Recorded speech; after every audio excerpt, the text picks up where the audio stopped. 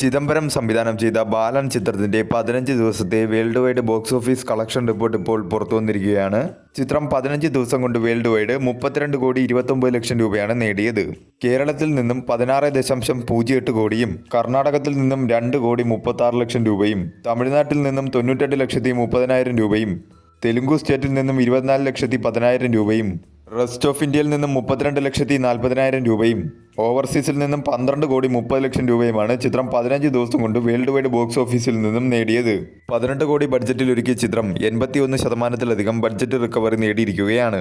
15 ദിവസം കൊണ്ടാണ് ചിത്രം വേൾഡ് വൈഡ് 30 കോടി ക്ലബ് എന്ന നേട്ടത്തിലേക്കും എത്തിയത്. ലാംഗ്വേജ് വൈസ് ടോട്ടൽ ഡൊമസ്റ്റിക്കിൽ നിന്നും ചിത്രം 15 ദിവസം കൊണ്ട് നേടിയത് മലയാളം ലാംഗ്വേജ് 19,52,00,000 രൂപയും തമിഴ് ലാംഗ്വേജ് ഡബ്ഡ് വെർഷൻ 24,70,000 രൂപയും തെലുങ്കു ലാംഗ്വേജ് ഡബ്ഡ് വെർഷൻ 18,80,000 രൂപയും ഹിന്ദി ലാംഗ്വേജ് ഡബ്ഡ് വെർഷൻ 2,30,000 രൂപയും കന്നഡ ലാംഗ്വേജ് ഡബ്ഡ് വെർഷൻ 1,10,000 രൂപയുമാണ് ചിത്രം ടോട്ടൽ ഡൊമസ്റ്റിക്കിൽ നിന്നും ലാംഗ്വേജ് വൈസ് 15 ദിവസം കൊണ്ട് നേടിയത്.